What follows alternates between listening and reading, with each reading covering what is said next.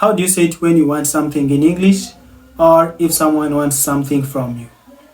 I know many people use this verb, want. They want this and that. I want this and that. Is it bad to use it? It is definitely not bad. However, there are many possible alternatives to want or I want. That is what we are going to learn in this video. We are going to learn 4 formal alternative ways to I want or want and 4 informal alternative ways to want or I want. Muraho neza, ese wigiye kuvuga ko ushaka ikintu mu cyongereza uvuga gute? Ndabizi abenshi muhita muvuga ngo I want.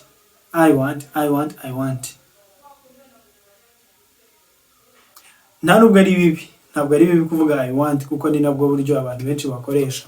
Ariko hari ubundi buryo bwiza buri smarter than I want ushobora gukoresha. Kuko iyo uhora ukoresha ijambo rimwe mu rurimi bigaragara nkaho nyine ufite amagambo makeya mu mutwe wawe, hari ibintu byinshi utari wamenya. Umuntu nakubwira ko ashaka ikintu akoresheje ubu buryo ntibizakuyobere. Nawe tangira witoze gukoresha ubu buryo. Nababwiye yuko turaza kwiga uburyo bune buri formal n'ubundi buryo bune buri informal. Iyo tuvuze ikintu kiri formal ni bwa buryo bwiyubashye, ushobora kuvugana n'umuntu wenda uri superior, uri kuri hejuru, n'urugero ugiye kuvugana na boss wawe, ugiye kubwira umubyeyi, ugiye kubwira uncle cyangwa ugiye kubishyira mu nyandiko. Nibwo ushobora gukoresha ubwo buryo buri formal. Uburyo twavuga ko ari uburyo bwiyubashye. Uburyo bune nibwo tugiye kwiga. Twiga n'ubundi buryo buri informal. Iyo tuvuze buri informal ubwo ni opposite ya formal. Bwa buryo busanzwe ushobora kuganira n'umuntu, bwa buryo busanzwe kwa kundi ushobora kuganira na mugenzi wawe, umuntu mukorana, umuvandimwe se, umuntu muri kuri level imwe, kwa kundi nyine uba woroheje ubuzima. Nibwo buryo buri informal. Ndatekereza turi kumva informal na formal aho bitandukanye. Reka turebe rero ubwo buryo twihuse. Uburyo bwa mbere ushobora gukoresha aho gukoresha want, I want, you want, we want, they want something. Ushobora gukoresha wish. Ahari want ukashyira wish n'ubundi gisobanuro ni kimwe. Urugero, I wish to become a famous artist. Aho kuvuga ngo I want to become a famous artist, ndashaka kuba umuhanzi w'icyamamare. Umuntu uri famous ni umuntu w'icyamamare, a celebrity. I want to become a famous artist. Aho kugira ngo uvuge gutyo ukavuga I wish to become a famous artist. Ubwo ni uburyo bwa mbere buri formal bwiyubashye ushobora gukoresha want uyisimbuje wish. Uburyo bwa kabiri dushobora gukoresha desire aho gukoresha want. Urugero, the students desire more English lessons. The students desire more English lessons. Abanyeshuri bashaka amasomo y'icyongereza yiyongereyeho. Abanyeshuri bari kwiga icyongereza ariko bari kubona batari kukiga neza. Barashaka amasomo y'icyongereza ngabe menshi. The students desire more English lessons.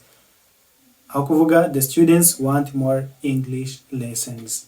She desires recognition for her hard work. She desires recognition for her hard work. She wants recognition for her hard work. Arashaka recognition, iyo ushaka kuba recognized ibintu ukora babibone. Arashaka kuba recognized kubera hard work ye, kubera ukuntu akora cyane. Hari igihe umuntu aba akora cyane ariko abantu ntibabibone. Arashaka rero recognition, abantu babibone ko akora cyane. She desires recognition for her hard work. That is another example that you can use desire instead of want. Uburyo bwa gatatu ni would like. Ushobora kuba ubizi kuko would like abantu benshi bakunda kuyikoresha. Would like aho gukoresha want.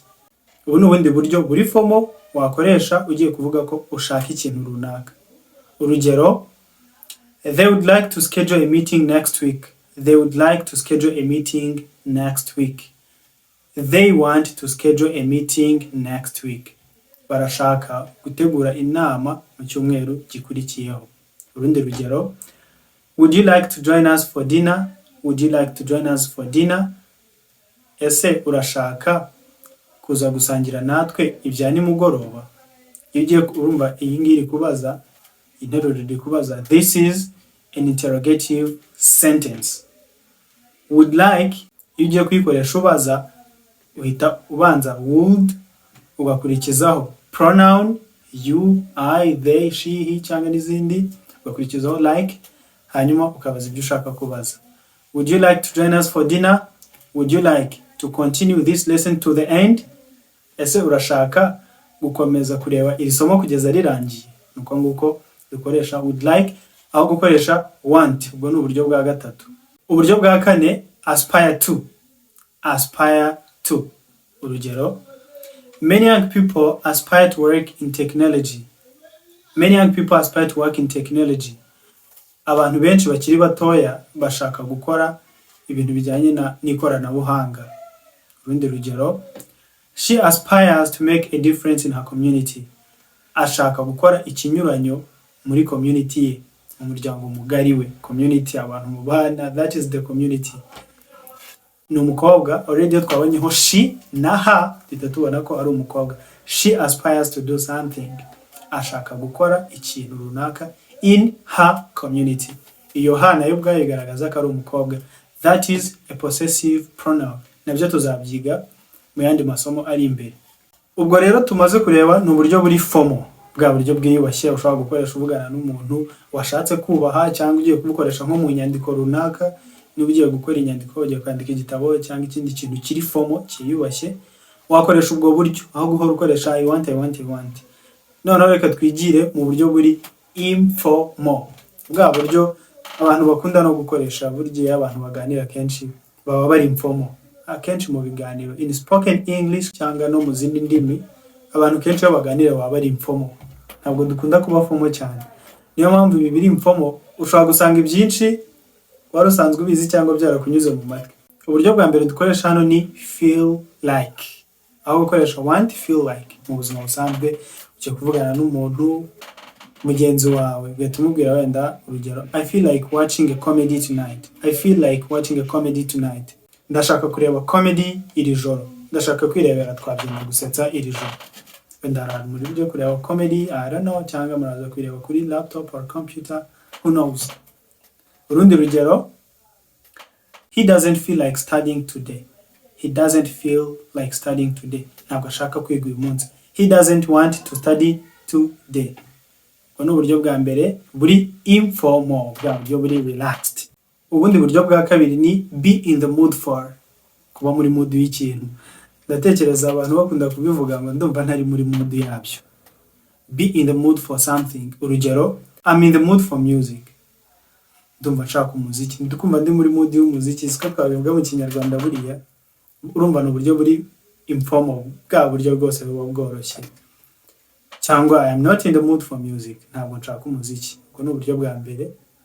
Urundi rugero, she is in the mood for walk in the park. Arumva ashaka rwose kugenda muri park, muri parike. Ubundi buryo bwa gatatu ni have a craving for. Have a craving for. Ubu buryo bukunda gukoreshwa cyane nk'iyo ushaka ibintu bijyanye n'ibyo kurya, cyangwa hari nka experience runaka ukumbuye, cyangwa ushaka hari ikintu runaka ushaka gukora wumva ugishaka pe. Urugero, I have a craving for cold water after sport. Ndikumva nshaka amazi akonje nyuma ya siporo. I have a craving for cold water after sport. Urundi rugero, he had a craving for the next episode of the movie. He had a craving for the next episode of the movie.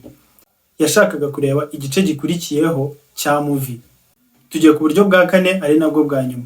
Ariko mbere yuko tugera kuri ubu buryo bwa kane, please make sure you have subscribed. Niba utarakora subscribe, please make sure that you have subscribed. Please make sure that you have subscribed on this channel. Uburyo bwa kane rero ni be up for. Be up for. Urugero, I am up for trying something new. Ndashaka kugerageza ikintu gishya. I want to try something new. I am up for trying something new. Urundi rugero, they are up for a challenge. They are up for a challenge. Shatse kuvuga? Let me know in the comment section. Uze kumbwira icyo bivuga muri comment section. Anyways, this is the end of the video. See you in the next one. Bye.